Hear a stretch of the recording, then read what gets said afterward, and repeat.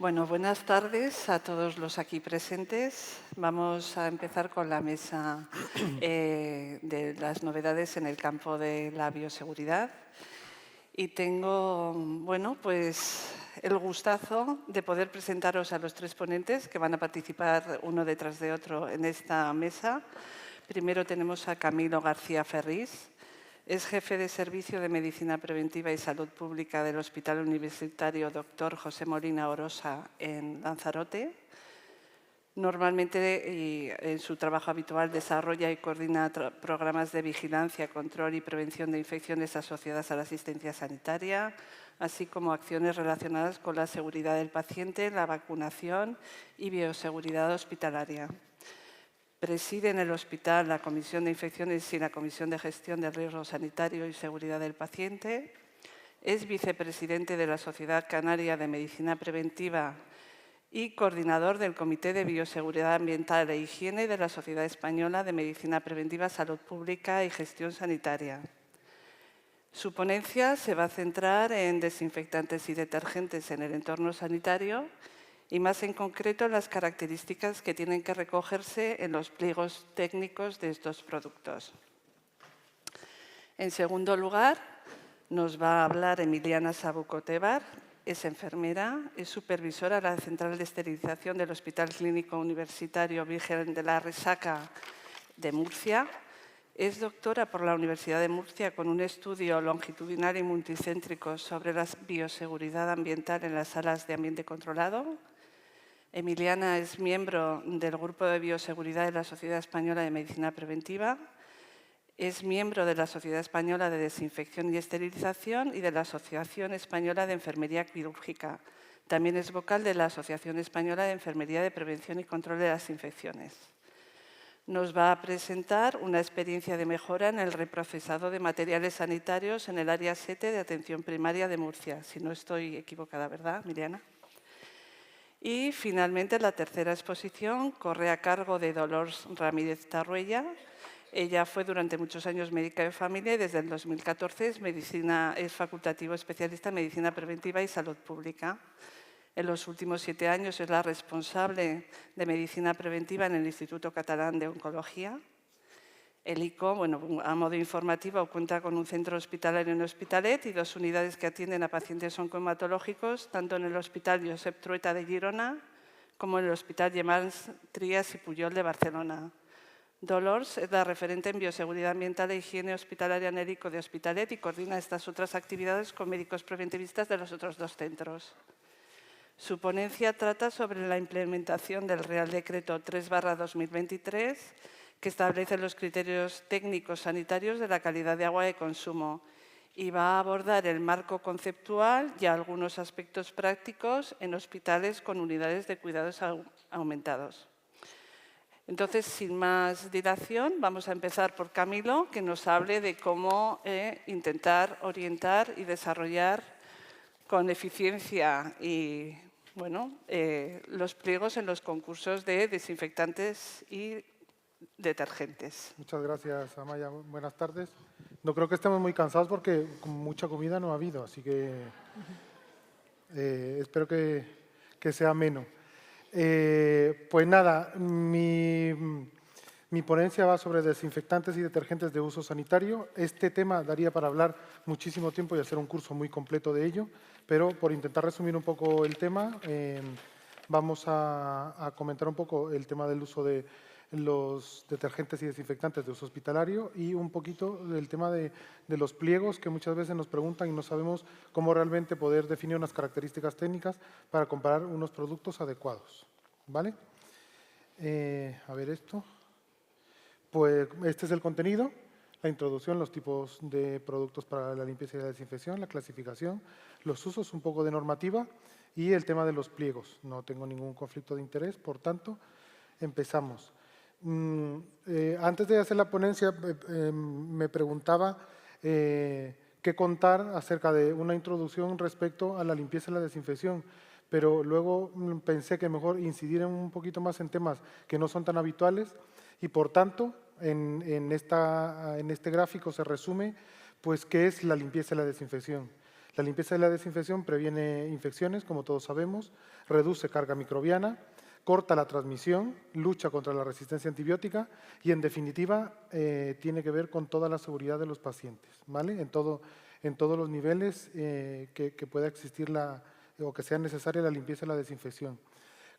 Como todos sabemos, la contaminación cruzada es un peligro en los hospitales, bueno, en los hospitales, en la industria alimentaria, en un bar, en una cafetería, en donde sea, pero sobre todo en nuestros hospitales tenemos que tener en cuenta que el mayor número de microorganismos se encuentra en las zonas más cercanas al enfermo.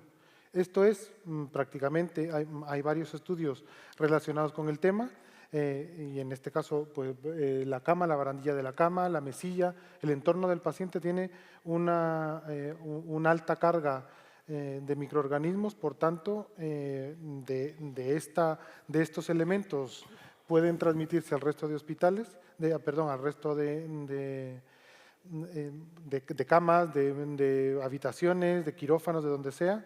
Y por otro lado, los objetos, equipos e instrumentos médicos y quirúrgicos, ¿vale?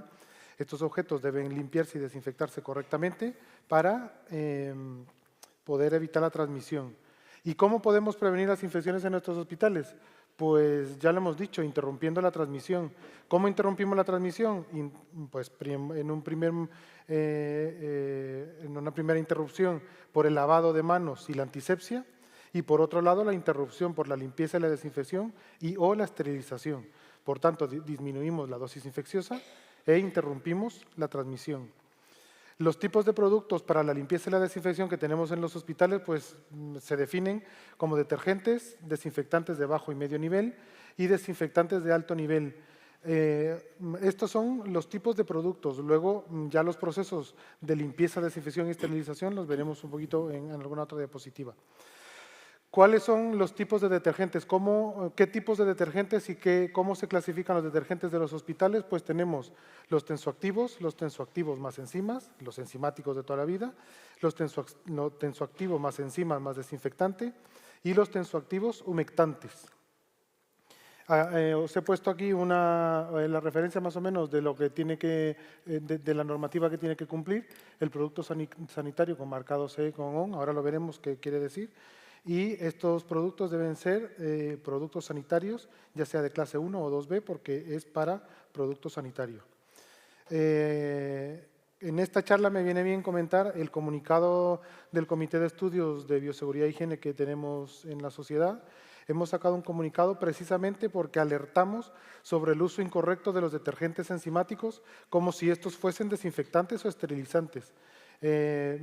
Al comité nos comentan algunos compañeros y bueno, de quejas de algunos otros hospitales que han visto malas prácticas con respecto a la utilización del detergente como si fuese un desinfectante y para nada es un desinfectante, es un detergente de uso hospitalario. Esto representa un riesgo para la seguridad de los pacientes y del personal sanitario.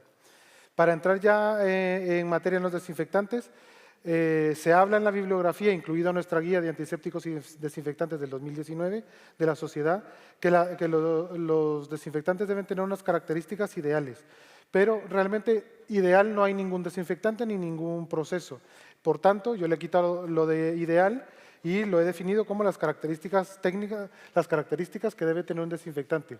Debe ser de amplio espectro, debemos procurar que sea de amplio espectro, que sea de acción rápida y efecto remanente mantenido, de fácil aplicación y factible, compatible con superficies y materiales, no tóxico y que tenga efectos irritativos mínimos y que sea de bajo impacto ambiental. Eso ahora también, lo de bajo impacto ambiental, ahora con el tema medioambiental, se está metiendo también con el tema de los pliegos. Estos son los desinfectantes de uso sanitario normalmente que utilizamos. Ya hemos hablado de los detergentes, ahora metemos a los desinfectantes. Y los de alto nivel, como todos sabemos, tenemos el ácido peracético, el peróxido de hidrógeno, el dióxido de cloro, los amonios cuaternarios más sus asociaciones. Yo he puesto, por ejemplo, la la duopropenida, que nos vale como desinfectante de alto nivel. Algunos detergentes clorados para desinfección de superficies de alto nivel, sobre todo esporicidas, Y los desinfectantes de bajo y medio nivel, que los tenemos aquí, que todos los conocemos también, el alcohol con amonios cuaternarios, el hipoclorito de sodio, como los detergentes clorados, no la lejía, porque la lejía bueno, no es si es de supermercado obviamente, no es un producto para utilizar en un hospital. Los amonios cuaternarios con alcohol, los amonios cuaternarios con surfactantes o tensioactivos, con detergencia, y el peróxido de hidrógeno y las biguanidas y los iodóforos, que no, bueno, en este caso no hablaremos de los antisépticos como tal, pero están incluidos dentro de los desinfectantes de uso sanitario. ¿Por qué se repiten algunos? Porque en este caso, cuando pongo, por ejemplo, alcohol con amonios cuaternarios, es que el efecto biocida principal, o sea, el compuesto que principalmente contenga ese desinfectante, pues hará el efecto biocida mayor. Si es un alcohol con amonios cuaternarios, tiene más alcohol que amonio. Si es un amonio cuaternarios con alcohol, pues tiene más porcentaje de amonio cuaternario y un poquito menos de alcohol. Ahora lo veremos. La clasificación de los desinfectantes tiene que ver, son competencia de la Agencia Española del Medicamento, ¿vale? De la EMS. La Agencia Española los clasifica en 3 categorías. Es más, lo define así, 3 categorías legales bajo las que se puede comercializar un desinfectante, que son los biocidas, los productos sanitarios y los medicamentos. Los biocidas, pues, se dividen en 22 tipos. A nosotros los que nos interesan en el ámbito sanitario son el 1 al 5, el 7 y el 9, con el tema de la protección e inhibición, luego lo comentaremos, y el 19, que son los repelentes. Dentro de los desinfectantes biocidas tenemos los antisépticos de piel sana, que son los biocidas para desinfectar la piel, en donde tenemos, por ejemplo, las soluciones hidroalcohólicas. Y los desinfectantes de ambientes clínicos y quirúrgicos TP2, en general, los productos de limpieza para las limpiezas de superficies tanto verticales como horizontales. Ejemplo, los que usa la empresa de limpieza, ¿vale?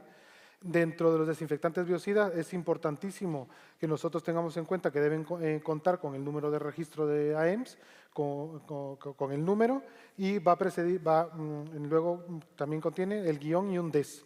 Eso quiere decir que ha sido evaluado por la EMS.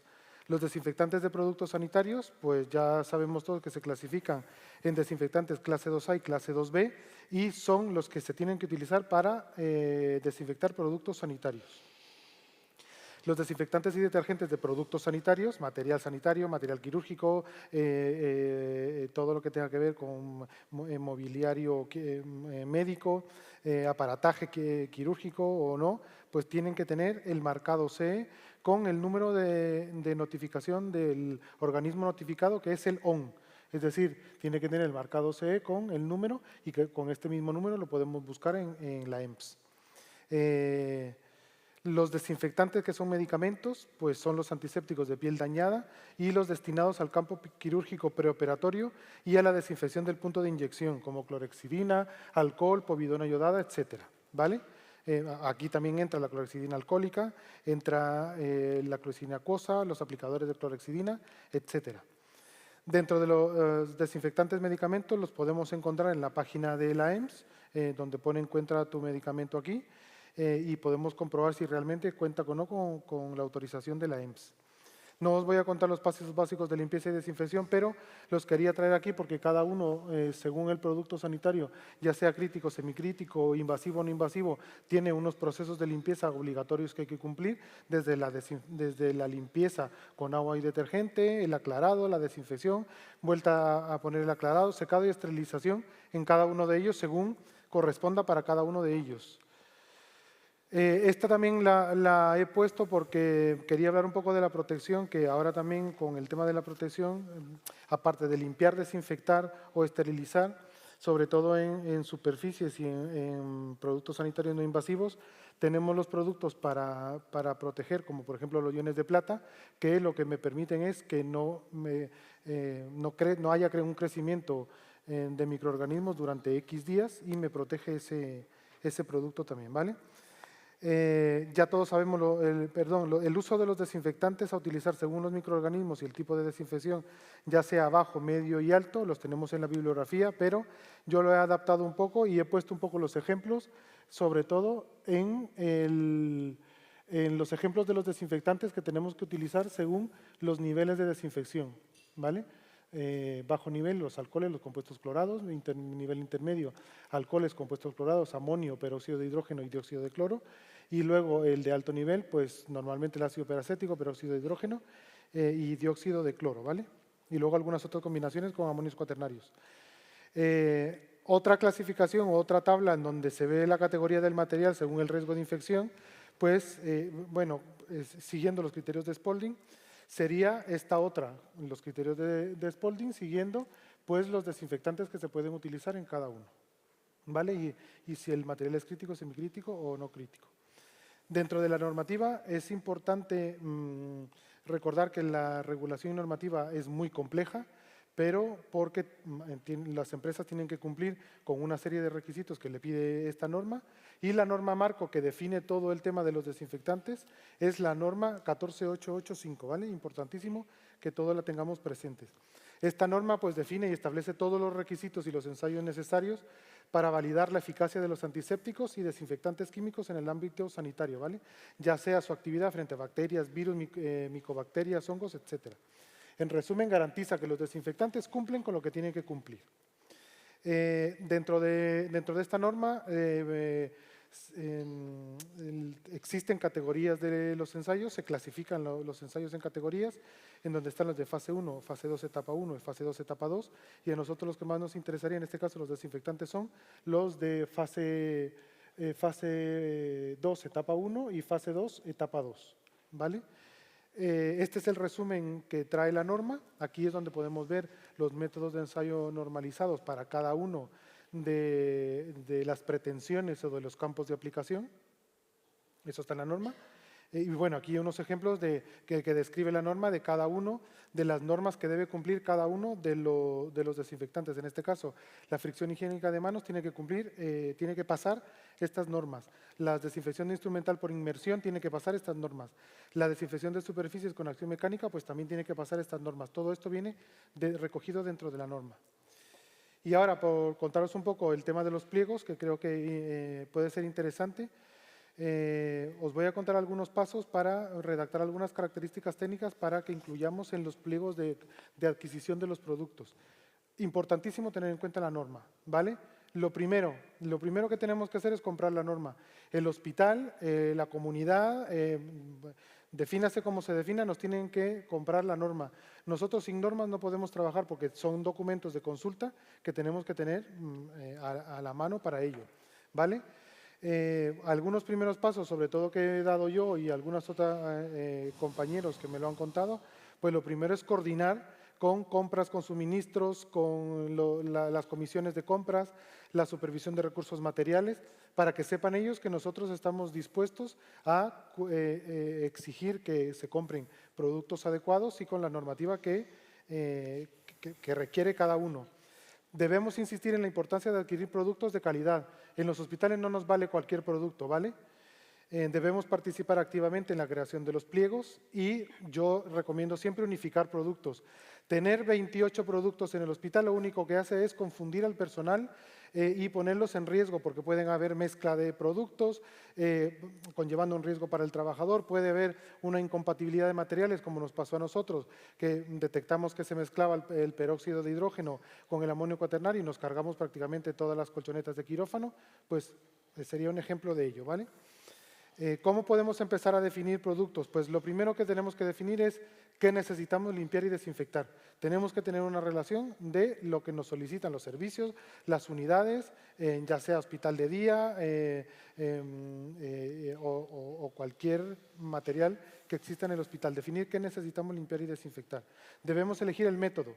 El método, si es con toallita, sin toallita, con toallita preimpregnada, si es por inmersión, si es que nosotros necesitamos una detergencia y desinfección en un mismo paso, si requerimos primero una limpieza y luego una desinfección en pasos separados, etc. Para elegir los desinfectantes, pues si ya tenemos definido qué desinfectar, ahora definamos la superficie y producto sanitario también. Si es una superficie general del hospital, pues tendrá que cumplir una normativa. Si es un producto sanitario, tiene que cumplir la otra. Debemos solicitar las fichas técnicas. Es otro documento que tenemos que tener a la mano. Sin las fichas técnicas de los proveedores, no podemos saber exactamente cómo funcionan, cuál es el modo de empleo, qué concentraciones tiene, etcétera.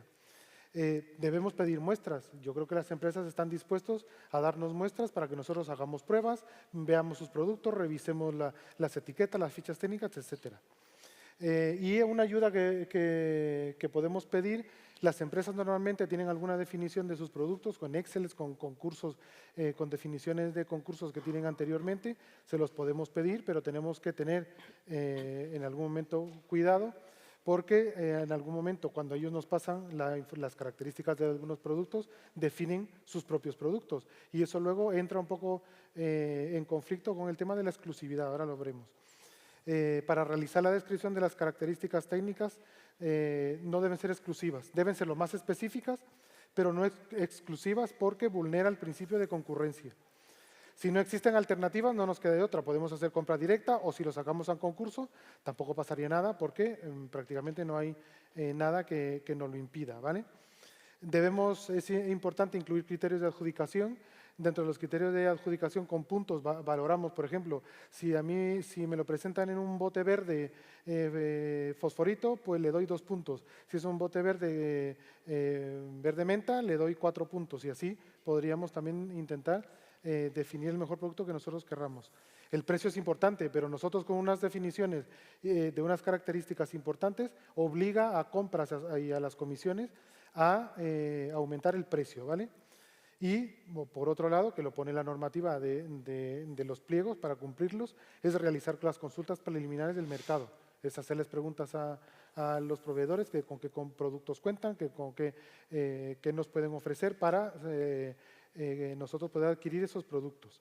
Otros aspectos importantísimos, que valoremos los productos. Después de realizar las características técnicas, definirlas, qué es lo que queremos, debemos valorar en ese concurso lo que las empresas que se presentan, porque ahí es donde tenemos que realizar un checklist de lo que nosotros pedimos y de lo que nos presentan. Si cumple con lo que nosotros pedimos, pues se le da el OK y va al pool de empresas que pueden participar. Si no, se excluye.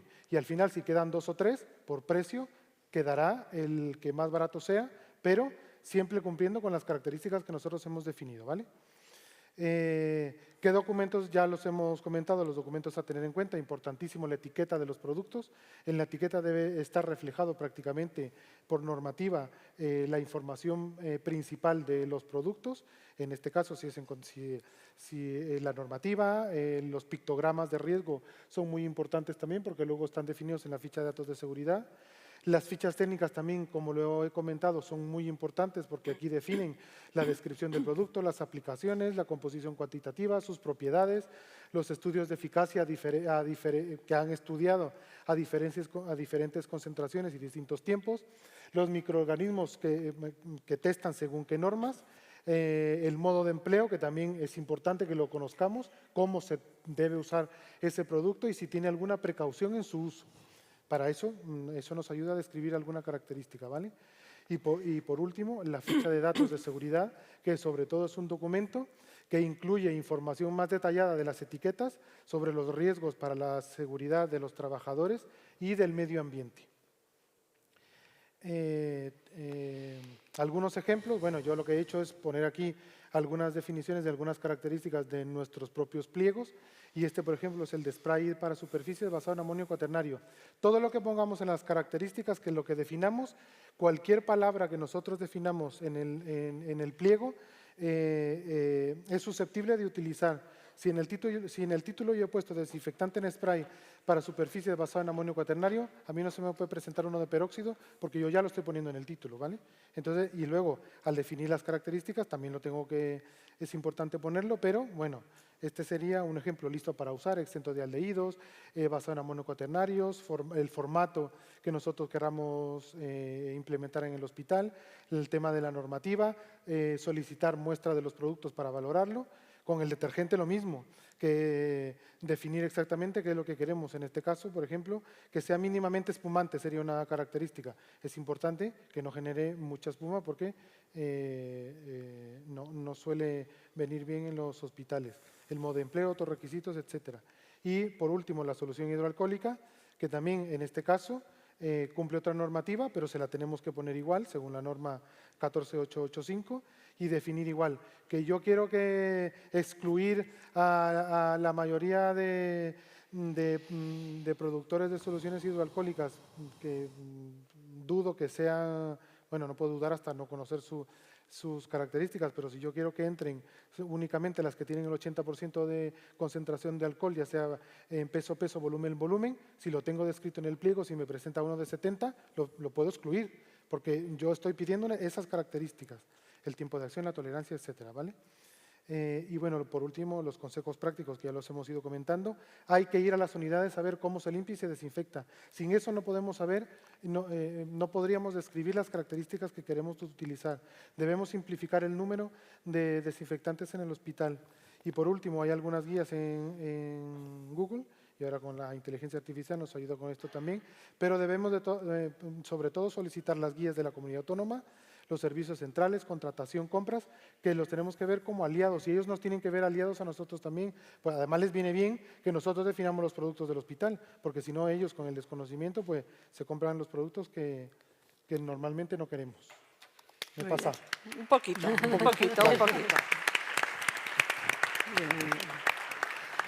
Adelante, Emiliana. No sé cuánto me pasó. No, un minuto, así. Bien. Bueno, hola, buenas tardes. Yo voy a contaros una experiencia que hemos hecho en nuestro hospital y que pienso que es fundamental para la seguridad del paciente y que en el ámbito de la medicina preventiva tenemos que tender, como muy bien ha dicho él, es fundamental tanto para los pliegos como para poder llevar las buenas prácticas. La tendencia tiene que ser ir a las unidades y trabajar con todos los profesionales en esta disciplina nuestra, ¿no?, que es transversal. Numerosos organismos han puesto la atención en numerosas ocasiones en el reprocesado de materiales sanitarios fuera de la central de esterilización, en clínicas dentales, en ambulatorios, y nos ha puesto la atención justamente en este reprocesado inadecuado. Documentos como de la OMS recomienda que el reprocesado de materiales sanitarios no se realice fuera de la central de esterilización a menos que estén bajo la supervisión de personal cualificado. El Real Decreto de Productos Sanitarios nos dice que los productos sanitarios pues, tienen que utilizarse conforme a la reglamentación por profesionales cualificados y debidamente adiestrados, conforme a la finalidad prevista en las condiciones que especifica el fabricante, tanto como ha dicho él, ¿no?, a la hora de realizar estos pliegos como a la hora de la utilización, y que los productos sean mantenidos adecuadamente por personal cualificado. En numerosas ocasiones la bibliografía, las guías de buenas prácticas nos están diciendo que el personal que realiza este reprocesado tiene que estar cualificado, pero en nuestros centros cualificamos a esos profesionales porque nosotros podemos tener las fichas técnicas y podemos saber y de hecho la especialidad de medicina preventiva, enfermería de prevención, pues estamos formados en esto, pero quien va a hacer esta actividad está formado. Los centros sanitarios son los responsables de mantener las instalaciones y equipos en condiciones óptimas donde se realiza el reprocesado de materiales y realizar la formación continuada de los profesionales. Nosotros lo que hicimos fue un plan de mejora entre septiembre del 22 y abril del 24. El gerente del área, que es de una especie extraña, porque tenía interés en mejorar, ¿no?, el reprocesado de materiales en todo el área de salud. Y él nos instó y de hecho nos facilitó la evaluación de cómo estaba la situación en el área y que mejoráramos. Y nos dio los recursos. O sea que... Y nuestro objetivo fue, básicamente, mejorar la calidad en el reprocesado de materiales sanitarios en los centros de atención primaria, en aquellos lugares alejados de la central de esterilización. Nuestra área de salud es una área con unos 210.000 usuarios, dividida en 12 zonas básicas de salud, en las que hay 12 consultorios de atención primaria, 14 consultorios locales y 4 unidades de salud bucodental. La región de Murcia no es muy grande, entonces no tenemos una población ni muchísimos centros, ¿no? En principio, lo que se hizo fue crear un grupo de trabajo para poder llevar a cabo este proyecto con el servicio de esterilización, que nuestro hospital está externalizado, pero en todo momento el servicio de esterilización está en contacto con el Servicio de Medicina Preventiva y se trabaja en colaboración con la supervisora de esterilización. El Servicio de Electromedicina, que este es un aliado que siempre tienes que tener disponible porque es el que te va, pues, a mantener los equipos y a garantizar que se puedan realizar mejoras en lo que es la infraestructura. Lógicamente estaba liderado por el Servicio de Medicina Preventiva y con la implicación de la Dirección de Enfermería, concretamente la Subdirección de Enfermería de Atención Primaria, el supervisor de área de recursos materiales, que es el que tiene que liberar muchas veces los recursos y que es fundamental tener su apoyo para poder integrar códigos y demás, y los diferentes coordinadores de los centros de atención primaria con los que se iban a coordinar las visitas, las formaciones, etcétera. En un primer momento realizamos un análisis de situación. ¿Cómo? Pues hicimos un inventario de los autoclaves para ver el modelo, la antigüedad, el tipo de ciclo de los que disponían según la normativa vigente y realizamos una monitorización indirecta del estrato de los consumos mediante el programa de SAP Logon de detergentes en los diferentes cecos de los centros, indicadores químicos, biológicos, cepillos de limpieza y agua destilada. Un poco para hacer una medición indirecta como hacemos para saber, ¿no?, si la higiene de manos, si se está cumpliendo, medimos indirectamente el consumo de solución hidroalcohólica, pues quisimos ver un poco cómo estaba pues eso, estos consumos en los centros. Se vio también en el plan de formación continuada del centro las formaciones que se habían realizado sobre reprocesado de materiales sanitarios en los últimos 3 años. Y la enfermera del Servicio de Medicina Preventiva fue a los centros y realizó observación directa y una encuesta ad hoc antes de realizar las formaciones. La situación que encontramos fue autoclaves en mal estado o que no cumplían la normativa, que no se utilizaban indicadores químicos ni biológicos para la liberación paramétrica de los ciclos, un mal uso de productos de limpieza y uso de productos inadecuados, como bien ha comentado Camilo, ¿no?, que incluso en el grupo de bioseguridad hemos visto que esta situación se está dando con bastante frecuencia, se ha detectado, la Agencia Española del Medicamento ha puesto el foco ahí, nosotros hemos sacado un documento junto con SEDE, pues, sobre esto para incidir y para intentar poner soluciones. Ausencia de formaciones, carencia de protocolos, los profesionales trabajaban sin protocolos, hacían lo que buenamente pedían, pero no tenían una referencia. Ausencia de IFUs, está muy bien que nosotros pidamos las IFUs, porque tenemos que hacer los pliegos, pero es que los que van a hacer la limpieza muchas veces son profesionales que no están formados en esta materia y tienen que tenerlo delante. Y vienen las sustituciones de verano y tienen que tener estas IFUs siempre en punto de uso. Y había una ausencia de mantenimiento preventivo de los autoclaves. Electromedicina iba cuando el autoclave fallaba o saltaba una alarma. El que no saltaba porque era de un tipo N no se mantenía. Bueno, voy a contar un poco aquí, mezclado los resultados, un poco de las actuaciones para intentar no ser repetitiva, ¿no?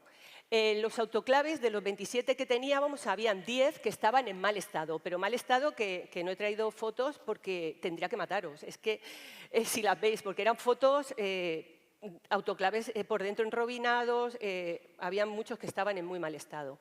Y 3 de las USBDs no tenían, de las unidades de salud bucodental, no disponían de autoclave. No es que no esterilizaban en los esterilizadores del centro, que estaban constantemente funcionando. Se compraron 13 equipos nuevos y se comenzaron los mantenimientos preventivos, pues, con el servicio de electromedicina. En cuanto al plan de formación continuada, en la primera formación se formaron 83 profesionales y en la segunda 111. Del total de enfermeras, en la primera formación se formó un 49%, que veis que luego aumentó un 78%. TECAES prácticamente el 100% en las 2 formaciones y higienistas dentales, que son 4 en el área, un 100% y a la segunda pues asistió 1. ¿Qué pasó? Que durante la implantación de este ciclo de mejora hubo un concurso de traslados externos del servicio murciano, el más grande en años, con lo cual cambió un 50% de la plantilla de enfermeras de la primera a la segunda formación y un 20% de las de TECAE. Los higienistas no entraron en este concurso de traslado. Lo que supuso pues, bueno, que la plantilla se renovara en un alto porcentaje. Las formaciones se realizaban La primera se realizó de forma presencial en los consultorios, en los centros de cabecera, iban los consultorios locales, era de 2 horas de duración, estaban acreditadas dentro del plan de formación continuada, y las segundas se realizaron online, a través del ordenador. En cuanto al aumento, el análisis que hicimos de aumento de consumos, sí que tuvimos un aumento entre antes de la formación y después, y se me ha ido todo aquí, a ver. Y vemos que el aumento del consumo pues, es de un 100% en el indicador biológico, que prácticamente no se utilizaba, en el cepillo de limpieza un 189%, un 54% en el agua y en el indicador químico un 2000%. Empezó a utilizarse en todos los ciclos. Sí que nos llamó la atención el tema de los detergentes. En los detergentes, cuando se hizo el consumo, había variabilidad de detergentes enzimáticos. No había habido un concurso en el servicio murciano y no estábamos utilizando un único detergente, sino que se utilizaban varios. Y además el aumento no fue muy significativo y pensamos, bueno, se está realizando la limpieza con los productos adecuados. Lo que hicimos fue unificar. En el área se bloquearon todos los códigos de los detergentes que no íbamos a utilizar y solo se dejó uno. Ahí tuvimos dificultades porque a la semana empezaron a pedir, es que no me gusta este, me gusta otro. Dijimos, no, el detergente lo elige medicina preventiva. Y este es el que se utiliza. En esto es fundamental tener al supervisor de recursos materiales pues, que te apoye, ¿no? Porque es realmente el que filtra que esto vaya adelante o no vaya. En cuanto a la disposición de las fichas técnicas del detergente en la zona del lavado, pues en la primera formación era del 45%, se maquetó la ficha técnica del detergente con plastificada y subió a un 73%. Cuando hicimos la segunda formación, este 73% que faltaba, pues se captó que las personas que no tenían todavía la ficha técnica en punto de uso y se mandó a través de la Dirección de Enfermería a los diferentes centros. En cuanto a los cepillos de limpieza, cuando fuimos a hacer la observación directa, pues vimos que utilizaban cepillo parainstrumental un 55%, que luego aumentó un 74%. Utilizaban estropajo, cepillo de lavado quirúrgico, había gente que no sabía.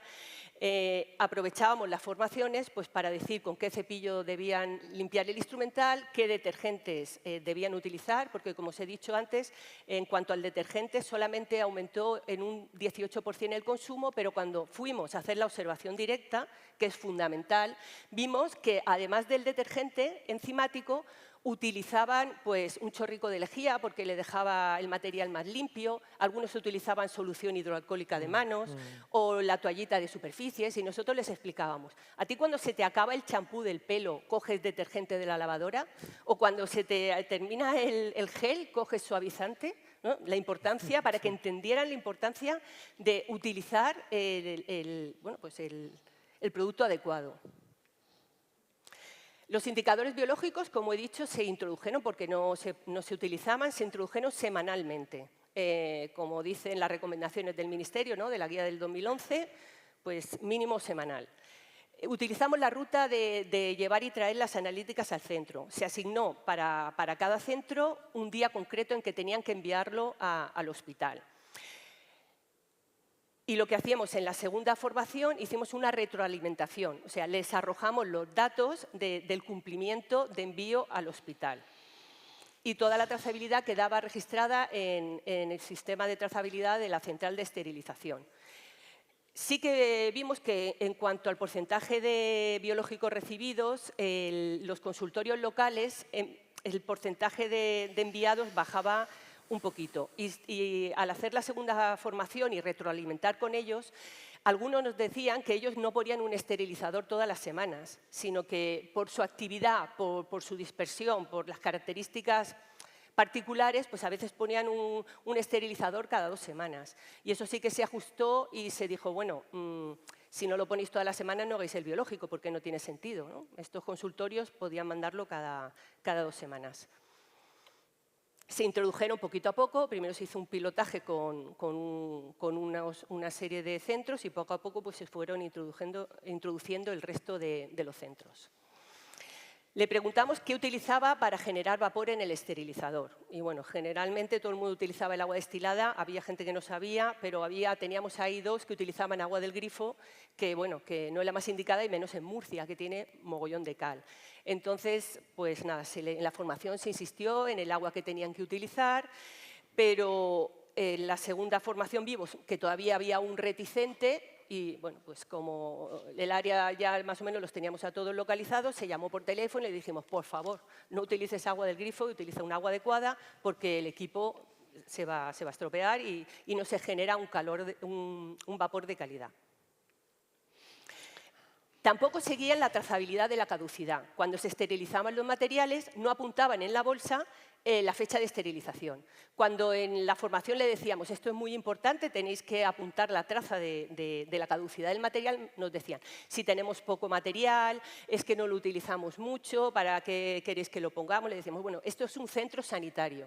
Y en un centro sanitario los materiales tenemos que saber cuándo se van a caducar. Lo uses una vez, 20 o lo que sea, es que es obligatorio, tenemos que saberlo. Y bueno, parece ser que a pesar de que hubo un concurso de traslados y que nos cambió el 50% de la plantilla de enfermería, cuando hicimos el POS, había un 78% que trazaba. Es decir, existe también un aprendizaje vicario que queda de estas primeras personas que formamos, que no eran las mismas. También le preguntamos si realizaban la trazabilidad de los ciclos de esterilización, porque realmente ellos hacían ciclos, pero no apuntaban nada, la fecha en que se había hecho, ni el tipo de ciclo, que tampoco todos hacían ciclos de 134. Había centros que hacían ciclos de 121, cuando el material no lo requería y sabéis que la meseta es más larga y estropea el material, o hacían priones, igual que echaban lejía para que estuviera más limpio. Estaban haciendo un sobreesfuerzo que no era necesario. Se introdujo, pues, para que existiera la trazabilidad de estos ciclos, un registro que ahora os enseñaré, pues, poniendo la fecha, el tipo de ciclo, el indicador químico se pegaba en ese registro, las incidencias y la firma del trabajador. Estamos en un centro sanitario, estamos trabajando, esterilizando material. Tiene que haber una firma de la persona que ha realizado esa actividad. ¿Dónde almacenan el material esterilizado? Bueno, en general, materiales se almacenaban pues, al lado de la ventana, en una caja de cartón encima del autoclave. Les estuvimos comentando que existe una normativa, ¿no?, de ambiente controlado, que realmente en los hospitales, la sala donde se almacena el material esterilizado es una sala que debe tener unas características similares a un quirófano y que vale que estamos años luz, ¿no?, en los hospitales, con que los centros de primaria ya ni te cuento, pero por lo menos que estuviera en un sitio pues, alejado de la luz, del calor y del polvo y ordenado con su fecha de caducidad. Una cosa pendiente pues, es el tema de las áreas limpias, sucias, en los centros de primaria, que muchas veces no tienen recursos y lo tienen pues, donde están haciéndose la tostada, tienen el esterilizador y no hay una separación. Hicimos un procedimiento para unificar procesos que la dirección del centro, la comisión de dirección lo aprobó, se colgó en la intranet. En este procedimiento se pusieron para que se pudieran descargar los anexos, tanto de las instrucciones de uso del detergente unificado, que era el único que se usaba ya, el registro de limpieza de autoclaves de los profesionales, también que tienen que hacer un mantenimiento del autoclave, de la junta, para que no se quede rígida. El registro de la limpieza, porque también incluimos oftalmología con los statin. Y el registro de la trazabilidad del indicador químico y los ciclos. Y pusimos todos los códigos SAP para que pudieran comprar todos esos materiales pues, que necesitaban para realizar el reprocesado. Y que era eso lo que se iba a comprar, nada más, que no lo intentaran. Esto estaba incluido en el acuerdo de gestión del área dentro del servicio de medicina preventiva y estamos muy contentos. Y como conclusión, pues que es importante disponer de una enfermera referente que aumenta la calidad del reprocesado de materiales, tanto una enfermera dentro de un equipo, de un servicio de medicina preventiva. que igual que cuando realizamos los aislamientos o otro tipo de funciones, ¿no? Que cuando alguien tiene una duda pueda llamar a la enfermera y le diga, oye, que no me ha salido bien el indicador o que el autoclave me pasa esto o me pasa lo otro. Hay que establecer planes de formación continuada periódicos porque tenemos que formar a las personas que están haciendo el reprocesado, no solo en atención primaria, en todo el hospital. Es una cosa que está distribuida por todo el hospital y los profesionales no están formados. Es una asignatura pendiente, según mi opinión, en todos los centros sanitarios. Yo voy preguntando por ahí, porque como ya soy friki de esto, ¿no? Pues cuando te juntas con compañeros, ¿tú qué haces? ¿Qué hacéis en vuestro hospital? ¿Cómo lleváis el tema de la primaria? ¿Hacéis formaciones en las zonas periféricas? Y que realmente los médicos, enfermeras, expertos en prevención y control de medicina preventiva, pues deben ser los que establezcan los productos, los que realicen los pliegos y los que digan qué debe usarse en cada caso. Bueno, esto concluyó con que publicamos un artículo, por si queréis leerlo, de nuestra experiencia. Y bueno, muchas gracias.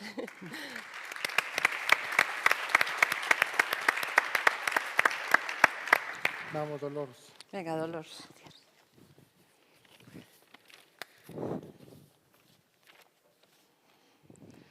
Bueno, yo soy Dolores Ramírez y la médico preventivista de los centros ICO y voy a compartir con vosotros cómo hemos aplicado el Real Decreto 3/2023 en nuestro hospital.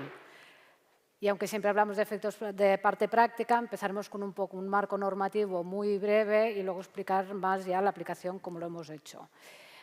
Marco normativo, ya hacía casi 20 años que teníamos el Real Decreto el 865, ya estábamos todos muy acostumbrados y ya hacía unos años que se iba oyendo y a raíz de las normas europeas que tendríamos que evolucionar a otro tipo de documentos y apareció ya en junio del 2022 el Real Decreto de Prevención y Control de la Legionelosis.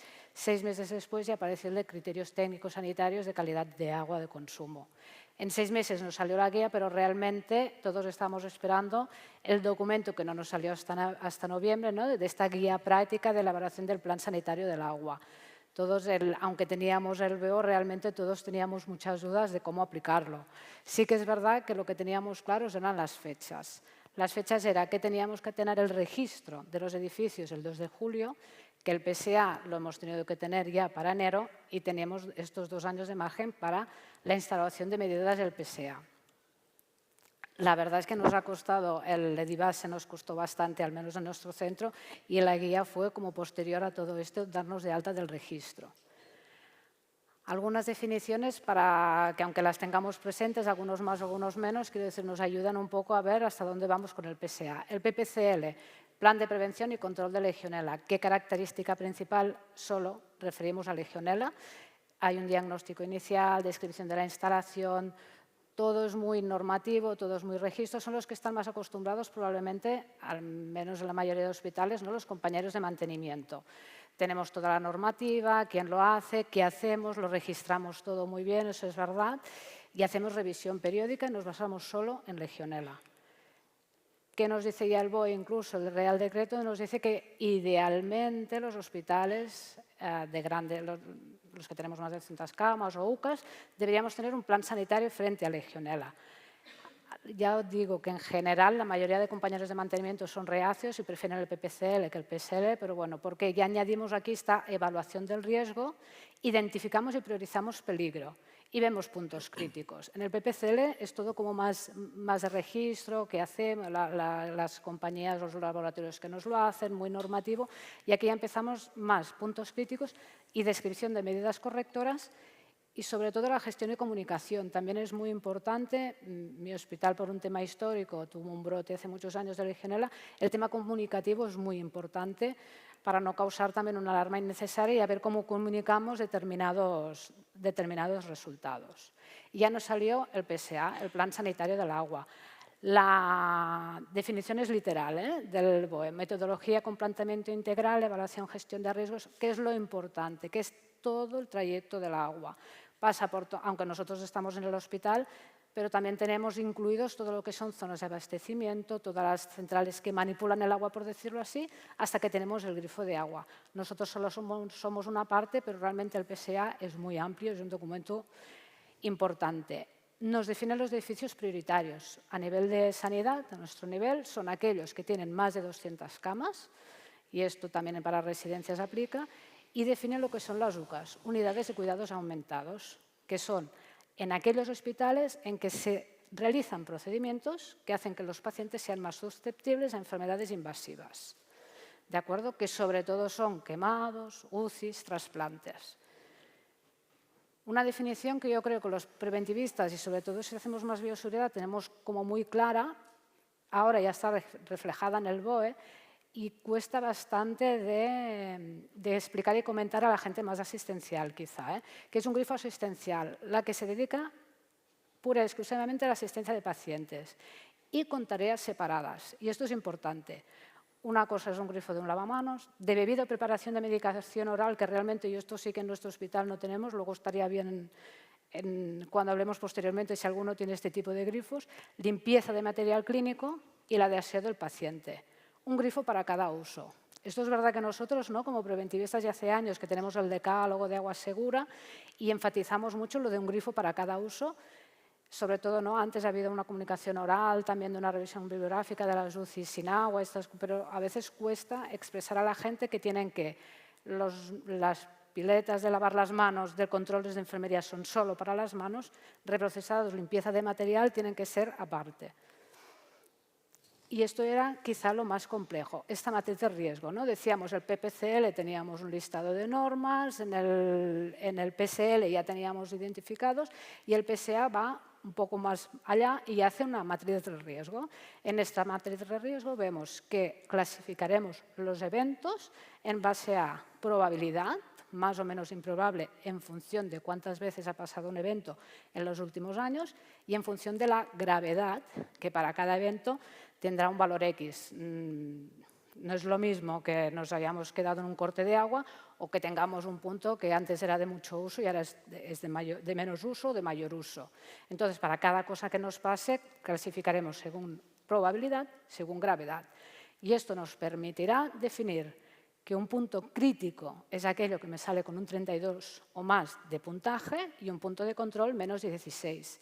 Y esto me facilitará, aunque esto yo creo que es la parte que cuesta más para mucha gente de mantenimiento, rápidamente, ¿qué queremos nosotros? Que este punto crítico con mayor riesgo pase a ser punto de control. El PSA es un documento dinámico y lo que tenemos que hacer es identificar estos puntos más críticos para que sean punto de control. ¿Qué parámetros revisamos? Antes hacíamos mucho, sobre todo, Legionella, ¿no? Y eso lo tenemos como más, menos de 100 colones, 100 a 1000, más de 1000. Pero ahora añadimos muchos otros parámetros microbiológicos, E. coli, colonias, pseudomonas. Se añaden parámetros químicos, sobre todo en función del tipo de red sanitaria que tenemos, tipo de cañerías, de qué material está hecho, y aquí añadiremos el material. Organolépticos, olor, sabor, color y turbidez. Indicadores como pH, conductividad, el cloro ya lo mirábamos, la temperatura no nos ha cambiado. Antes hacíamos sobre todo un control de potabilidad anual, pero ahora hacemos, aparte de, tenemos los puntos de muestreo en función de lo que tenemos, pero sobre todo que todos los grifos de las UCAs se tienen que mirar anualmente. Cada uno de los grifos asistenciales en las UCAs hay que revisarlos anualmente. Esto es el SINAC. El SINAC, que es una cosa que no teníamos costumbre, ni yo tampoco, Sistema de Información Nacional de Aguas de Consumo. Yo creo que es interesante entrar alguna vez. Podemos entrar como ciudadanos. Aquí tenemos todo el agua de todo el país. ¿Qué quiere decir? Al final, el agua del hospital, tengo que saber por dónde viene, qué red de distribución tengo, porque eso condicionará las características del agua de mi hospital. Podéis entrar, se puede entrar. Yo, por ejemplo, puse la de Hospitalet porque mi centro está en Hospitalet y tenemos toda una serie de analíticas asociadas que podemos ver quién es el propietario del agua, quién la distribuye, todas las analíticas que uno se puede descargar.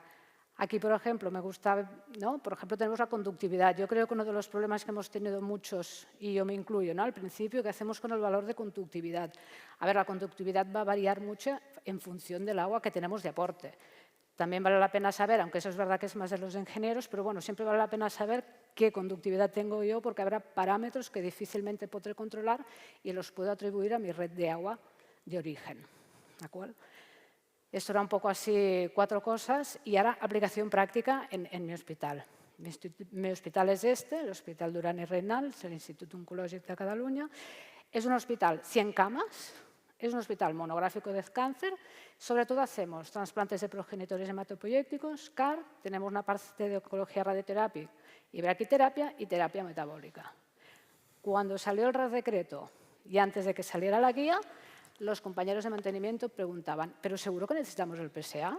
¿Estás segura? Yo creo que lo de las UCAs, ¿no? Tampoco son todas las camas. Quiero decir, nos generó, esta aplicación a nosotros costó, realmente costó convencer, entre comillas, porque la matriz de riesgo yo creo que era como un paso muy adelante que mucha gente no tenía muchas ganas de empezar. Empezando el PSA siempre empezamos, ¿no? Tenemos que hacer un grupo multidisciplinar y transversal. Esto siempre queda muy bien en todo, pero ¿quién empieza? ¿Quién empieza un grupo multidisciplinar? ¿Quién tiene que liderar un protocolo? Aquí ya estamos. ¿Tiene que ser el de mantenimiento? Es que es el de mantenimiento. Tiene que ser... Había gente al principio que me dijo, bueno, en el fondo la red de agua pertenece al Departamento de Salud. Digo, hombre, no es nuestra la propiedad del agua. Y te decías, mamá, si estamos en un hospital seremos nosotros que tenemos que definir. Costó bastante. Y digo quién empuja porque igual al final personalmente no puedes optar también por, mira, no lo lideras, pero vas empujando a quien tenga que liderar, que habitualmente son más los de mantenimiento. Y de hecho es una cosa que también, ¿no?, en el grupo de bioseguridad ambiental salió, ¿no?, que quién tenía que liderar, quién no, y a veces es más que liderar, bueno, pues lo empujamos. El Real Decreto nos dice que podemos consultar a expertos externos o que debemos, y en realidad en nuestro hospital fue finalmente, dada la complejidad y que nos costaba, subcontratar el PSA. Hay cada vez más empresas y hay gente, ingeniería y tal, que podemos subcontratar el PSA. A mí es verdad que al principio no te da un poco, dices, parecería que debe ser autosuficiente, pero también es verdad que hay ingenieros cada vez más, las empresas de mantenimiento, gente dedicado sobre todo a la gestión del agua, que también va bien porque además son gente de la que uno puede aprender mucho. Tema importante, en el equipo del PSA tiene que haber alguien con capacidad de decisión en recursos económicos. ¿Esto qué quiere decir? Cuando después veamos alguna ficha, cuando yo tengo un problema X, habitualmente quiere decir hacer una inversión para mejorar. Por eso el equipo del PSA tiene que haber alguien que pueda validar para tirar adelante esta inversión. Muy importante, los puntos de agua. Tenemos que tener una numeración inequívoca. Cada punto de agua que tengamos en el hospital tiene que tener un número. Tenemos que saber, al final, ¿no?, en preventiva trazamos todo, siempre tenemos que tener un punto de agua con un número y caracterizarlo. Tenemos que tener un listado. Esto es un grifo, esto es una ducha, esto es agua fría, esto es agua caliente.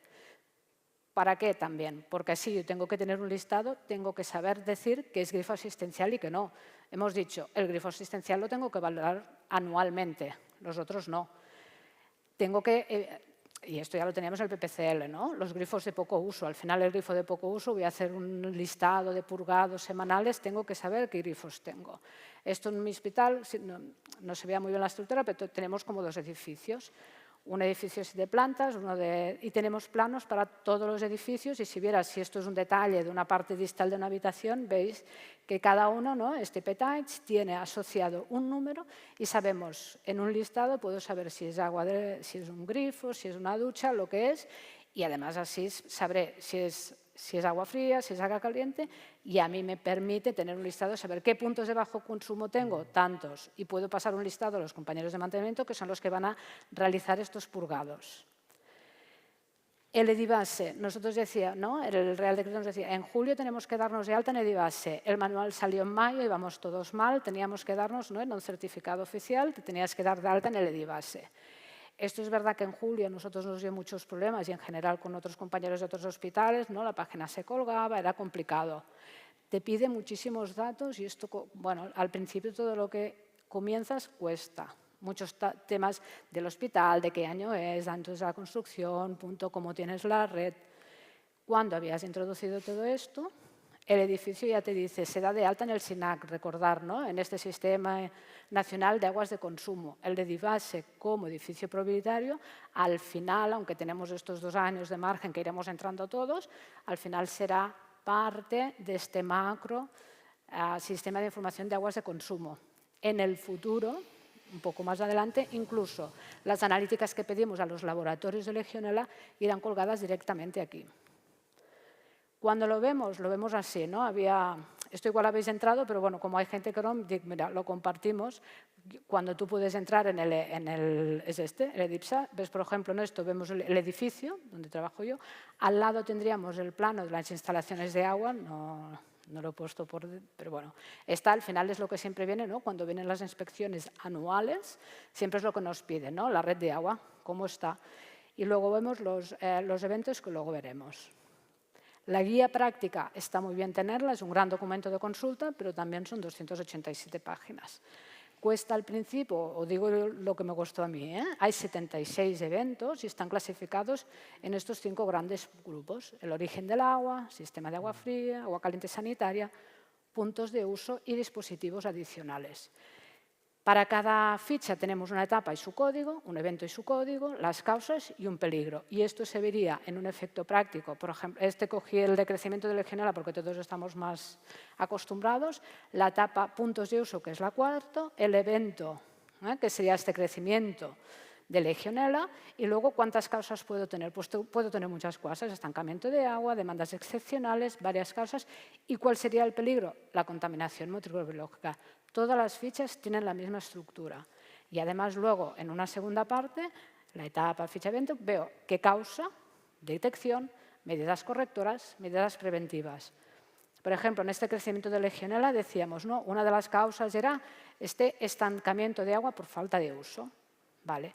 ¿Cómo lo puedo detectar yo? Lo puedo detectar porque lo he ido a ver, he ido a inspeccionar los cuartos húmedos, o al gestionarlo veo que falta, o por ejemplo, por casos, aquí está repetido casos sobre todo de legionelosis, o porque me avisa alguien, oye, pues esto ya lo utilizamos diferente, ¿de acuerdo? Medidas correctoras, hay que comunicarlo al titular, en caso necesario restringir, prohibir. Nos dice también qué opciones podemos hacer para corregirlo, pues puedo hacer una purgada de desinfección, o puedo ponerlo, añadir en desinfección sanitaria, o ponerlo en todo el sistema de purgas más frecuentes. ¿Qué medidas preventivas? Aquí me gusta, ¿no? La principal es el mantenimiento vivo del PSA, es decir, si cambiamos en los hospitales, lo que hoy es una consulta, a veces acaba siendo un despacho y al revés. Es importante saberlo en este listado de puntos de agua que os decía antes, identificar lo que es un grifo asistencial, de lo que es un grifo no asistencial, de lo que es más uso o menos uso. En la plataforma se ve así. Tú vas introduciendo cosas y puedes ver, fijaros, en cada puntos críticos y de control. Vemos la etapa, el evento, la causa y el valor de riesgo. Cuando nosotros vamos poniendo datos, ya te ponen un valor de riesgo y ya te ponen luego si es control o crítico. Por ejemplo, esto es un ejemplo de eventos asociados al sistema de agua fría. Etapa agua fría, aumento de temperatura, inadecuado aislamiento del sistema. Si os fijáis, me pone peligro existente. Temperatura, el parámetro, la gravedad, decíamos, en la matriz siempre hay gravedad y probabilidad. Gravedad, no existe valor paramétrico en legislación. La legislación nos recomienda agua fría por debajo de 20, pero no es como el agua caliente que nos obliga a qué nos lo recomienda. Probabilidad, lo que nos haya pasado en los 2-3 últimos años. Ha ocurrido una vez en los últimos años. ¿Qué valor? Y esto me generará un valor luego en la matriz. Incluye también medidas correctoras y preventivas, que normalmente, ¿qué será? Pues si tengo un problema de aislamiento, tendré que hacer valorar qué ha pasado, hacer un presupuesto, y por eso decíamos, ¿no?, que en el equipo tiene que haber una parte, un gestor económico, porque estas medidas correctoras y preventivas las tendré que introducir para ver cómo corregiré esto, y luego tendríamos el de la evolución. Para cada evento podemos ir mirando, para estos 76 eventos, pero que los 76 eventos pueden tener muchas causas, ¿no? Es farragoso, es verdad, ¿no? Cuesta empezar, pero luego la verdad es que después nos puede agilizar bastante a enfocarnos en los puntos más críticos. Y esto era.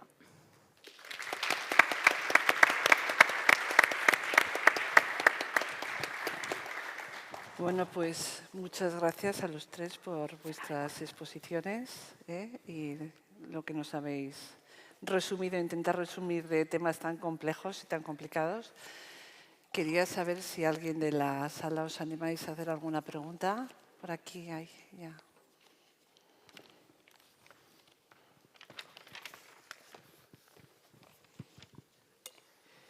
Buenas tardes. Felicitar a todos los miembros de la mesa por vuestras presentaciones. Le quería hacer una pregunta a Emiliana Sabuco. Felicitaros por la intervención que habéis hecho, que tiene un valor muy importante en seguridad del paciente. Quería preguntaros, una vez que hicisteis la evaluación de la situación en los centros de atención primaria y de salud bucodental, ¿en algún momento os habéis planteado como medida alternativa la centralización del reprocesamiento del material en la central de esterilización de vuestro hospital, incluso como medida mixta o parcial en algún centro de baja circulación en la utilización de instrumental quirúrgico o que esté más distante, en zonas más rurales, incluso la posibilidad de utilizar instrumental desechable de un solo uso estéril? Sí, nosotros, las recomendaciones son que esté centralizado y yo lo que opino es que lo mejor es que esté centralizado. Pero cuando los recursos o la logística no te lo permite, pues por eso hicimos esta intervención. Sí que en el hospital, porque no solamente se hizo en los centros de atención primaria, se hizo en todos los lugares del área en el que se realizaba reprocesado. En el hospital sí que quitamos todos los autoclaves de menos de 1 UTA y se centralizó todo en la central. Pero en los centros de primaria sí que se pensó en comprar, como dices tú, materiales de un solo uso, pero ahora mismo la intervención quedó ahí y no fue más allá, pero yo estoy totalmente de acuerdo en que eso es lo ideal. De hecho, hay experiencias de compañeros en Cataluña, Dolors, ¿no? que ellos tienen centralizado todo el reprocesado de materiales y lo tienen muy bien instaurado y es lo ideal. Yo creo que porque eso lo tiene que hacer el personal formado y es imposible formar a todo el personal de un área. Es muy difícil. ¿Alguien más se anima a alguna otra pregunta? Si no, yo tengo algunas cosas, algunas cuestiones. Por ejemplo, bueno, incidiendo en la limpieza, a mí me han gustado mucho las dos presentaciones porque han unido en el mismo... A ver si me explico. Tenemos como bastante controlado en los centros sanitarios la desinfección de alto nivel o esterilización de material semicrítico o crítico. Pero el gran olvidado es el material no crítico, reutilizable, tanto en unidades de hospitalización, en atención primaria, y la utilización de cómo se está haciendo esa limpieza y desinfección del material. Importantísimo en el pliego del concurso tener los requisitos de qué productos, minimizar el número, la variabilidad de esos productos y exigir, según la normativa, productos que sean lo que tenemos que utilizar para la seguridad del reprocesado del material. Y, por otro lado, cómo se está haciendo en las unidades. A mí la cuestión, yo también que veo en el hospital cómo funcionamos, la variabilidad del movimiento de la gente que hace el reprocesado del material, cuando formas ya al personal, se te mueve, importan costumbres, productos de otras zonas, se vuelve a hacer otra vez una melé de conocimientos. Me gustaría saber si consideráis necesario que haya personas referentes en unidades tanto de hospitalización como de atención primaria que sean referentes, ya no la persona de una enfermería de medicina preventiva que sea experta en desinfección, limpieza, esterilización, sino referentes en cada unidad como seguridad del paciente, tanto que colaboren con los servicios de medicina en aislamientos, en limpieza y desinfección, que tengan actualizado el inventario de los productos que se tienen que reprocesar, qué se está utilizando, ¿Cómo veis posible encajar esa persona intermediaria que esté realmente formada y sea el nexo entre medicina preventiva y las unidades para estas necesidades en seguridad del paciente, en este caso, uso adecuado de los productos que toca, los procedimientos adecuados? ¿Qué experiencia tenéis o cómo lo veis? Bueno, mi experiencia es que sí que es positivo. De hecho, por eso nosotros trabajábamos con los coordinadores de los centros de atención primaria, porque es verdad que una vez, yo por lo menos en mi experiencia en varias áreas de salud, cuando vas a dar formación sobre reprocesado de materiales, no solo en atención primaria, sino en otras unidades hospitalarias, solamente se apuntan las TCAE, no se apuntan enfermería y medicina ni de coña. O sea, solamente las TCAEs. Entonces, incluso ahora yo ahora trabajo en el servicio de esterilización de la Risaca, llevo 4 meses, pero hemos empezado a dar formaciones por los quirófanos, por todas las consultas, y nos ha pasado que hemos ido a quirófano, en nuestra central, que estamos pendientes de reforma, todavía se está haciendo la limpieza en punto de uso y no se ha apuntado ninguna enfermera. Y hemos vuelto y hemos dicho, vale, ahora va a ser la edición de las enfermeras. Y hemos vuelto para que se apunten, porque ya decir, no os escapáis. O sea, realmente sí que es importante, y de hecho lo hacemos intuitivamente. Aquellas personas que te quieren cuando vas, que ves que los enganchas, pues los utilizas un poco de referente para ir metiendo cosas, para que te abran un poco la puerta. Todo el mundo no te quiere, pero siempre encontrar algún referente que te ayude. Yo en mi caso, no sé si Camilo... No, yo creo que sí debe haber algún referente, pero debe haber referente en todo, ¿no? En seguridad de paciente, en higiene de manos, en limpieza y la desinfección de los productos, alguien que esté pendiente de la hostelería sanitaria, hay gente que va a llevar muchas cosas al mismo tiempo también, que deberíamos utilizarlos para este tipo de cosas. El problema es que no se puede concentrar solo en una persona, como está claro, ¿no? Porque si no, luego al final, cuando no está, es que pasan las cosas que no deben de pasar. Entonces, lo digo porque es verdad que el referente guía un poco, notifica un poco los problemas que haya, los incidentes, recoge los problemas que puedan tener o no formativos, pero si el personal conoce en la unidad que hay una persona que sabe el tema, aparte de medicina preventiva, como tú bien lo has dicho, yo creo que se solucionarían más problemas así y se evitarían mucho más problemas teniendo esos referentes en las unidades, sí. A la hora de... bueno, si alguno tiene... ahí hay una pregunta. Sí, si no, yo sigo, tengo un montón. es que me lleva de cabeza. A ver.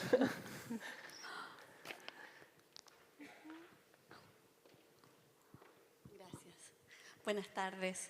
Primero, enhorabuena por la presentación. Ha sido muy informativa. Creo que es una de las carencias, al menos que yo he visto en mi formación. Soy residente, R4, y me interesa mucho el tema. Creo que es fundamental para dar una atención de calidad. Y quería preguntarle desde la ignorancia, que me cuenten vuestras experiencias. Y es que he visto que es muy importante identificar que cada grifo tenga un uso específico. Sin embargo, lo que yo he visto en los hospitales, centros de salud y en otros lugares en los que he tenido que trabajar, es que no existe una información adecuada sobre dónde están los grifos para agua de consumo humano en los hospitales y los centros de salud. Esto me preocupa no solo por los pacientes, sino que también por los trabajadores. Cuando estuve en la rotación por salud laboral, vi que la ley exige a los empleadores disponer de agua para el consumo de sus trabajadores durante la jornada laboral y a una distancia adecuada de su lugar de trabajo. Me pregunto yo, ¿cómo la gente de la UCI va a ir al lugar de donde tienen que sacar el agua, que muchas veces es una solución comprada, son máquinas que venden agua, las botellas individuales o de estos bidones? Me preocupa porque creo que es algo básico y no sé si me pueden retroalimentar un poco en este sentido. Gracias. La verdad es que el tema del grifo asistencial es complicado, incluso en nuestro hospital, que parece, ¿no? Cuando explicas estas cosas siempre quieres dar a entender que todo funciona bien y nos está costando mucho. La gente, ya no aparte del consumo, nosotros también es verdad que al ser un hospital oncomatológico, no lo he comentado, pero sí que hay una Posibilidad que hemos tenido siempre de poner filtros Legionella, con lo cual nuestra agua, quiero decir, viene filtrada, no tal. Pero aún así la gente es muy fácil que yo al menos me he encontrado, ¿no? Hace poco, puedes encontrarte una batea en un control, ¿no? Encima de un empapador, ojalá no pasara, pero pasa. ¿Qué hemos estado haciendo, empezando ahora, y señalo porque tengo las compañeras, que hemos estado haciendo como minis, a ver cómo nos funciona, mini sesiones a las diferentes zonas de hospitalización para que la gente se acostumbre a pensar que hay grifos solo para higiene de manos, hay grifos para reprocesados y hay para el paciente. Y el del paciente es del paciente, no para que yo tire algo en esa pica o no para otras cosas, pero cuesta muchísimo, no es nada fácil. Nosotros como preventivistas es verdad que el decálogo de agua segura hace tiempo que lo tenemos, yo no sé si todos lo tenemos interiorizado, yo creo que la gente que hacemos más bioseguridad quizás sí, pero no es tan fácil para que la gente vaya. En la UCI, nosotros por ejemplo en la zona de TPH, de trasplante, cuando se remodeló decidimos, por suerte esa vez, en este debate con los compañeros, al final se hicieron solo picas en zona de control de enfermería para evitar en las zonas del pasillo. También tengo que decir, no es bien petit comité, pero sí que hay cosas que todavía se recuerdan. Es que tú no dejaste poner más picas para lavarnos las manos y no podemos. Y eso es verdad, que todavía me lo van diciendo. Es muy difícil. Agua de consumo, yo creo que en el hospital, al menos el mío, no desconocía el tema de salud laboral, pero la gente tiene mucha costumbre de coger agua envasada. Esto en zona de hospitalización, la verdad es que sinceramente no me lo había ni planteado. Me cuesta más pensar que te puedes encontrar unas pinzas en cualquier pica de control de enfermería, ¿no? Ahí a remojo, además, ¿no? Que parece, digo, esto es tu casa, dejas las cosas. La única manera es insistir, al menos para mí, ir. Lo que decíamos, ¿no? Incluso verificar qué se está haciendo, porque hay cosas que te sorprenden a veces, ¿no? Y esto, ¿no? Te encuentras cosas. No veo otra manera que ir insistiendo, porque el concepto esto de un grifo para cada cosa cuesta, cuando además en zonas nuevas todavía puedes hacerlo. Por ejemplo, antes, ¿no? En alguno de los hospitales teníamos una zona de higiene de manos para los profesionales dentro de las habitaciones, ¿no? Teníamos ya dentro de una habitación higiene de manos. Eso que en otros países igual funciona mejor, y yo he visto gente lavar el tupper, ¿no? El familiar lavando el tupper ahí y, bueno, y tampoco puedes entrar, bueno, a ver, podemos tal, ¿y dónde quiere que lave el tupper? Pues igual aquí no, cuesta mucho. No, yo creo que solo es tenerlo claro primero nosotros, a qué tal, y sobre todo cuando todos son pegas, intentar con las personas asistenciales que están trabajando buscar una solución. ¿Qué os parecería? Bueno, ¿no? Al final negociamos mucho, ¿no? ¿Qué tenemos que hacer? Bueno, pues el Smart, mi hospital tenía todos los Smarts colgados, ¿no? Los lavamos con agua y jabón de manos a veces y lo dejamos colgado. Y se seca y a ver si otro compañero, bueno, pues oye, pues no, vamos a hacerlo con una toallita, vamos a buscar también las maneras para intentar evitarlo. Pero es verdad que en el grifo, que va muy bien el BOE, un grifo para cada uso, y a ver si vamos introduciendo. Sí, yo no sé si tú hacías referencia a lo del agua embotellada del personal sanitario. Yo hasta donde, que alguien me corrija si me equivoco, el hospital no está obligado a darle ni de beber ni de comer al personal sanitario, a excepción de alguna guardia o de algo que esté incluido dentro y en algunos hospitales ni eso, porque lo hay también. Pero es verdad que tiene toda la razón Dolores, que normalmente el personal sanitario bebe agua embotellada, no bebe agua del grifo del hospital, que también es segura. Sí. Porque bueno, yo me enteré porque estaba pegado el artículo, la normativa de la Ley del Trabajador en la que dice que el empleador tiene que disponer agua. Pero agua para el consumo humano. Pero no te dice durante la jornada laboral. No te dice si tiene que ser embotellada o no. No Por dice, eso, no, dice que tiene que tener agua. Entonces, a lo que se nos está invitando a beber agua del grifo.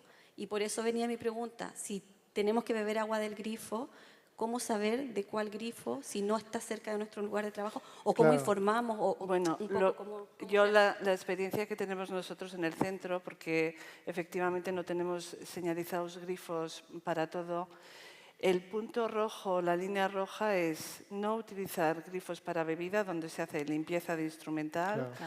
donde se hace preparación técnicas asépticas o con un filtro terminal para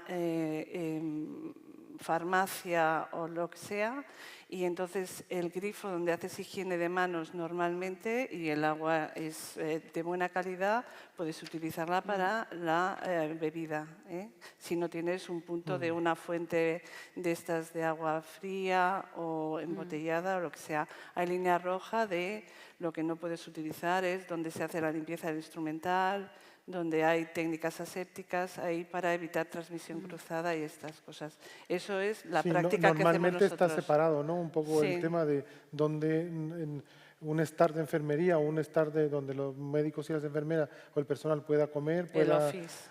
el office, bueno, y si los que no tienen, normalmente en las unidades se buscan un Exacto. hueco solo para el personal. Exacto. O sea, normalmente suele estar así, pero... Yo respecto al PSA, Dolors, quería saber cuál es bajo tu opinión, cuál es el papel del médico preventivista en la elaboración del plan sanitario del agua. Si tenemos que estar desde las primeras etapas con esta complejidad de lo que es un análisis de la instalación, la distribución hospitalaria, los riesgos, si tendríamos que estar valorando fundamentalmente los riesgos microbiológicos en las unidades de cuidados aumentados y cuando hay problemas en las analíticas microbiológicas. Un poco, ¿cómo lo ves? Yo, ya esto es mi valoración personal, porque esto también nos llevó a discusiones, no todos estamos de acuerdo, pero a mí sí que me parece que hay que estar desde el principio para también saber explicar a los ingenieros el riesgo. ¿No? Los riesgos y la matriz que a muchos no les gusta porque dicen si ya con lo de menos 100, 100.000, más de 1.000 ya vamos bien, ¿qué añade? Y el patógeno oportunista, que miremos más cosas que solo Legionella, que miremos que miremos E. coli, que miremos pseudomonas, esto no les ha gustado. Y yo creo que también nos va bien a nosotros. Yo he aprendido muchas cosas de características del agua hablando con los compañeros ingenieros. Igual que al principio yo pensaba que eso de subcontratar el PSA me sonaba un poco mal, ¿no? Por decir, hombre, no somos capaces. Y ahora piensas, hombre, si hay gente dedicada simplemente, ¿no? Ingenieros que se dedican exclusivamente a gestión del agua, son gente que te aportan mucha información. Yo el tema de la conductividad, que veía analíticas y no sabía qué hacer con la conductividad, fue rápida. El que me hace tal, bueno, dices que dependerá de tu haga de aporte, mucho no vas a poder hacer, a no ser que hicieras una inversión, no sé qué. Yo creo que tenemos que estar desde el principio, porque además los equipos se forman, no digo que estemos en todo, pero sí hacer un grupo de verdad de trabajo que nos permita a nosotros también aprender y saber explicar esta parte de riesgo que a veces desde ingeniería no se vive tan como la vivimos nosotros, yo creo. Y el grupo multidisciplinar que elabora este PSA, ¿os reunís periódicamente o ya cuando está estable relativamente, solo cuando hay alguna incidencia grave? La verdad es que no lo hemos terminado, puedo decir aquí. Tampoco hemos terminado el PSA y tenemos todavía reuniones para acabar. ¿Cómo puedes tener? Yo he puesto mi nombre porque soy la que, pero tú puedes ir revisando en frío. Yo ahora mismo lo que estoy haciendo es revisar los puntos que ellos comentan, a ver cómo los veo yo, porque al final cuando haces el PSA te piden un histórico que os ha pasado en los últimos 3 años, ¿no? Y a veces se tiende a minimizar, que digo, bueno, pues nuestro punto de partida será peor si minimizamos riesgos, ¿no? Si yo digo que lo tengo mejor, me van a pedir más. Y yo creo que vale la pena, pues yo lo puedes ir revisando y luego puedes preguntar, oye, y tal y cual, y hacer pequeñas aportaciones. Cuando, ya digo, hasta que lo tengamos todo introducido, todos son muchos puntos. No lo tenemos terminado, ¿eh? ¿Tenéis alguna pregunta más? Ay, es que no veo. Vale, sí, ahí hay una.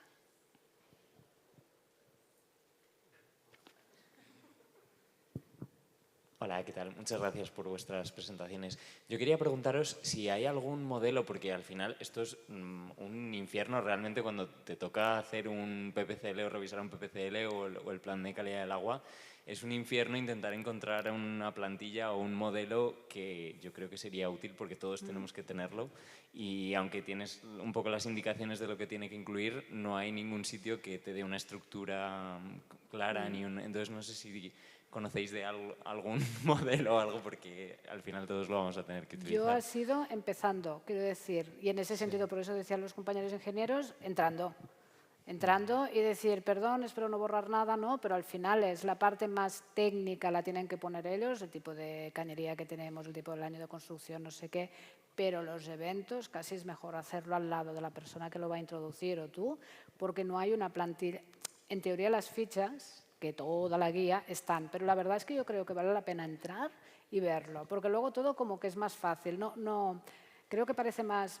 A mí, personalmente, al principio, el año pasado, lo veía como un mundo, esto no puedo, esto no vamos a hacer, y cuando empiezas y vas entrando punto por punto, que es pesado, pero vas entrando directamente en la plataforma. Y como ya tu plataforma te dice, oye, ¿has tenido yo qué sé, cortes de agua en los últimos 5 años? Ostras, yo no me ha pasado nunca, cero, ya está, ¿no? Y este ya será un riesgo que lo tendré como un punto de control. ¿Le ha pasado que haya tenido agua fría a más de 20 grados? Ostras, pues sí. ¿Cuántas veces? Claro, y entonces el ir entrando y el ir revisando es cuando te vas. Yo no he visto hoy en día ninguna plantilla que te ayude. Y de hecho lo que ayuda es empezar con la plataforma. Hay que tener solo certificado electrónico y llegar a un acuerdo con los, ¿no? de este grupo, quién puede entrar y quién no. Pero no hay una plantilla, porque la plantilla en teoría sería la guía. Lo que pasa es que es verdad que se ve más compleja la guía, ¿no? Cuando te afrontas los eventos, lo ves como muy mal, pero luego vas punto por punto. ¿Tengo puntos de bajo consumo? Ostras, pues sí. ¿Cuántos? Y hago purgas, no hago purgas. Y el mismo programa te va diciendo, depende de qué gravedad hay, y ya te define si es un punto control, ya te da un número. No lo pones tú. Depende de las veces que te haya pasado, de la gravedad que sea, yo que sé, ahora me invento, que tuviéramos el agua caliente a 50 grados. Eso probablemente te daría un nivel de gravedad muy alto y ya te saldría como punto crítico. ¿Sabes? No hace falta que hagas muchos, ya cuando lo pones en el programa te asigna una numeración. Plantilla en teoría sería la guía, lo que pasa es que la guía es farragosa más cuando, ¿no? Cuando hay 1000 definiciones en la guía, ¿no? Que está muy bien como documento de consulta, pero es verdad que no te sirve. Yo creo que es entrar en el programa.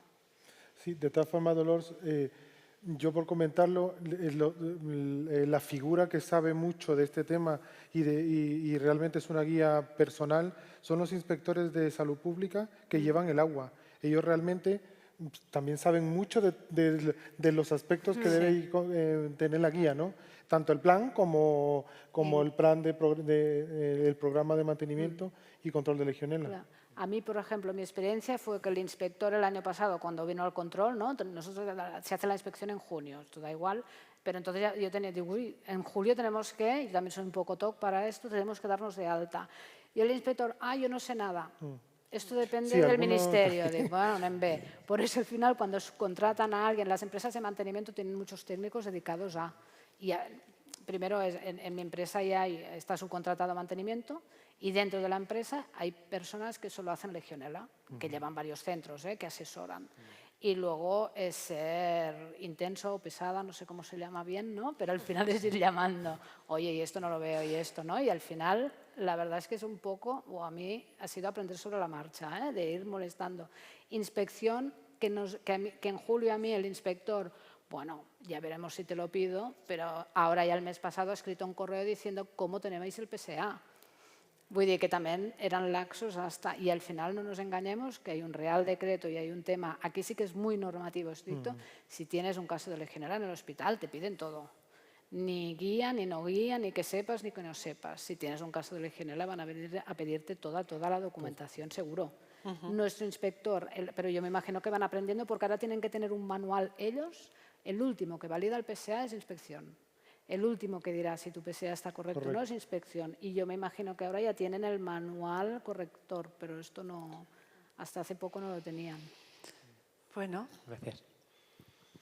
¿Alguna pregunta más? ¿Alguien? Sí. Es una pregunta para Dolores, pero antes gracias a los tres por vuestras presentaciones que han sido muy interesantes. Y era un poco sobre lo que estábamos hablando. ¿De qué manera conviven tu PSA con tu PPCL? Salió el Real Decreto 487/2022, nos pusimos a hacer los controles que ese Real Decreto exigía. En unos meses salió el 3/2023 y luego una guía en julio de ese año que nos decía... Si eres edificio prioritario, haz el control de Legionela según el Real Decreto 3/2023. Vuelvo a cambiar todos los... Y ahora viene la inspección y me dice, ¿no estás haciendo tus analíticas de control según el 487/2022? No, los estoy haciendo según el 3/2023, Sí. como dice esta guía. Me vuelvo loca. Los inspectores, a mí, Camilo, no me han, nunca me han aclarado nada, al revés. Pues qué lástima, porque ellos suelen saber del tema. Sí, pero de momento a nosotros no nos han inspeccionado. Yo trabajo en un grupo hospitalario que tiene hospitales en 5 comunidades autónomas y en ninguna de las 5 me han inspeccionado el Real Decreto de agua de consumo. Solamente el Real Decreto de Legionela. Todavía no han empezado con el de agua de consumo. Entonces, nos encontramos en una situación muy, muy complicada, porque vamos cambiando planes de analíticas en nuestra parte. Los compañeros de Ingeniería y de Mantenimiento tienen la suya. Y también te quería preguntar quién ha metido los datos en Edibase. ¿Esa empresa contratada? Pues espero. al final sí. Sí, ¿no? Sí.